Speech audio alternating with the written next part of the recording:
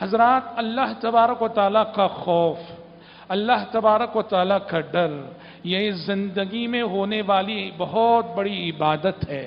ہمارے دل میں اللہ کا ڈر رہے، اللہ کا خوف رہے، اللہ کے خوف سے ہمارا دل آباد رہے، اللہ کے خوف سے ہمارا دل معمور رہے، ہمارے دل میں ہمیشہ خوف الہی کا احساس رہے۔ یہ یاد رکھو، یہ 24 گھنٹے کی عبادت ہے،